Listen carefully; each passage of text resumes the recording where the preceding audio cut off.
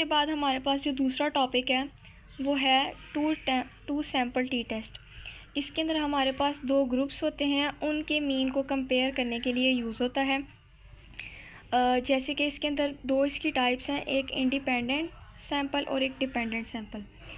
Independent में हमारे पास दो डिफरेंट ग्रुप्स होते हैं, उनके मीन को हमने कंपेयर करना होता है। जैसे कि हमारे पास क्लास ए और क्लास बी का दो डिफरेंट ग्रुप्स हैं, उनके हम मार्क्स को या उनकी स्टूडेंट्स को हम कंपेयर करने के लिए यूज़ करते हैं। उनके मीन को कंपेयर करते हैं और चेक करते हैं कि इनके दरमियान कोई डिफरेंस है या नहीं है। दूसरा जो हमारे पास टाइप है वो हमारे पास है डिपेंडेंट सैम्पल। इसके अंदर हमारे पास एक्चुअली एक ही डाटा के ऊपर दो दफ़ा या एक से ज़्यादा दफ़ा मेजरमेंट की जाती है। जैसे कि कोई डाइट प्लान है, पहले हम लोगों के वेट चेक करते हैं और उसके बाद उनको उस डाइट प्लान से गुजारने के बाद दोबारा उन्हीं के सैंपल लेकर उनका मीन जो है वो चेक करते हैं कि क्या इसमें कोई डिफरेंस है या नहीं है। जैसे कि हमारे पास ये एक क्वेश्चन है, अब हमें कैसे पता चलेगा कि ये इंडिपेंडेंट है या डिपेंडेंट है। अब इसके अंदर हमारे पास अ टेस्ट इज़ कंडक्टेड, जिसमें हमारे पास बॉयज़ का स्कोर है और गर्ल्स का स्कोर है, और हमने चेक करना है कि क्या इन दोनों में परफॉर्मेंस में डिफरेंस है या फिर ये सेम है। अब हमारे पास जेंडर गिवन है, यानी कि बॉयज़ हैं और गर्ल्स हैं, तो इसका मतलब ये दो डिफरेंट हैं, तो ये हमारे पास इंडिपेंडेंट है।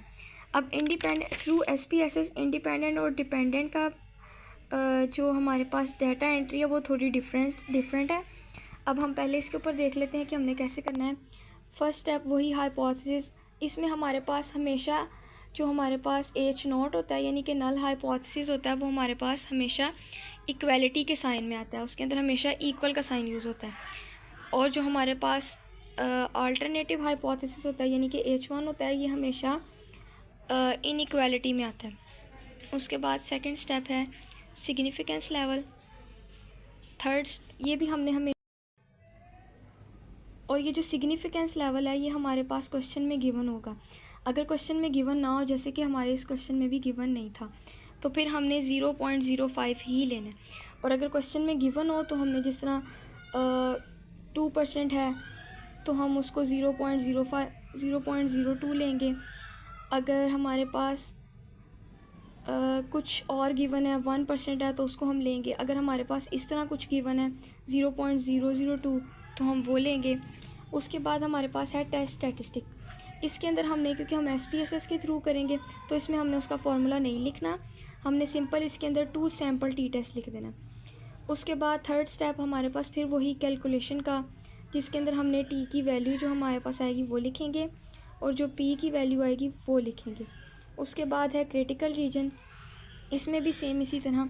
अच्छा, ये लाइन हमने हमेशा सेम यही लिखनी है कि इफ़ पी की जो वैल्यू हमारे पास होगी वो greater than and equal to alpha होगी तो हम रिजेक्ट करेंगे H0 को, और अगर हमारे पास पी की वैल्यू ग्रेटर देन अल्फ़ा होगी तो हम हमेशा एक्सेप्ट करेंगे H0 को। यानी कि जब H0 एक्सेप्ट होगा तो खुद ब खुद H1 होगा वो हमारा रिजेक्ट हो जाएगा, यानी कि हमारी ये बात ठीक हो जाएगी।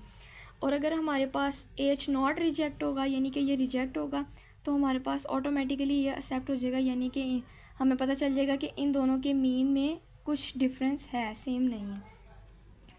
अब हम चलते हैं SPSS की स्क्रीन पर और हम वहाँ से देखते हैं, स्टेप्स को फॉलो करते हैं और वहाँ से हम टी की और पी की वैल्यू निकालते हैं और फिर हम चेक करेंगे कि हमारे पास क्या ये वाला क्रिटिकल रीजन जो है एक्सेप्ट हो रहा है या ये वाला हमारे पास H0 एक्सेप्ट होगा। तो अब हम यहाँ SPSS की स्क्रीन पर आ चुके हैं। हमने इंडिपेंडेंट के क्वेश्चन की टू सैम्पल टी टेस्ट का हम पहले डाटा एंटर करेंगे। इसके लिए चूँकि ये हमारे पास इंडिपेंडेंट का है तो इसका हमारा डाटा एंटर करने का, वेरिएबल बनाने का मेथड थोड़ा डिफरेंट है। इसके अंदर हमने बनाना है सैम्पल के नाम से वेरिएबल और एक हमने बनाना है ऑब्जर्वेशन के नाम से वेरिएबल। वैल्यूज़ में जाएंगे, यहाँ पर हमने वैल्यू 1 एंटर कर दी और लेबल में हम एंटर कर देंगे बॉयज़ का स्कोर है तो हम बॉयज़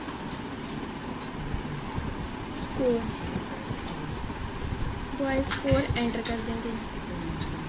और दूसरी हमारे पास गर्ल्स का स्कोर था तो हम वैल्यू में 2 और लेबल में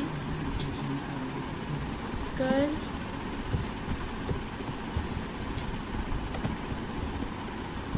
स्कोर एंटर कर देंगे। ऐड किया, ओके पे क्लिक किया। मैयर हम यहाँ से स्केल सेलेक्ट कर लेंगे, डेसिमल प्लेसेस 0 कर लेंगे, डाटा व्यू में आएंगे और यहाँ पर हमने अब डाटा कैसे लिखना है। बॉयज़ स्कोर हमारे पास 6 वैल्यूज़ थी उसकी, तो हम 6 टाइम 1 लिखेंगे वो को। अब इसी तरह हमारे पास 6 वैल्यूज़ गर्ल्स के स्कोर की हैं तो हम यहाँ पर 6 टाइम 2 एंटर करेंगे और ये हमने एंटर कर दिया। अब हमारे पास बॉयज़ स्कोर पहले जो वैल्यूज़ हैं वो लिखेंगे हम 65, 70। अब ये बॉयज़ की जो 6 वैल्यूज़ थी बॉयज़ के स्कोर की वो हमने लिख ली है, बॉयज़ के मार्क्स थे। उसके बाद हमने गर्ल्स का जो स्कोर था वो लिखना है।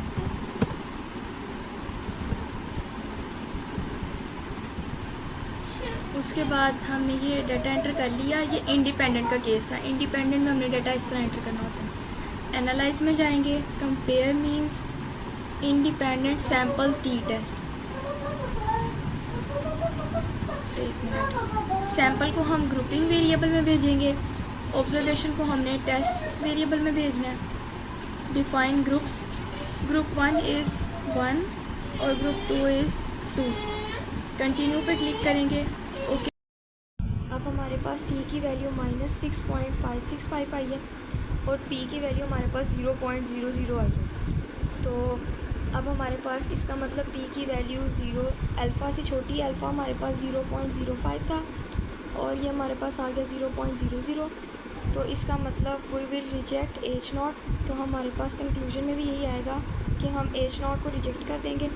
जब H0 रिजेक्ट होगा तो इसका मतलब ये हुआ कि इसमें डिफरेंस है, यानी कि ये इस बात को सेटिस्फाई करेगा।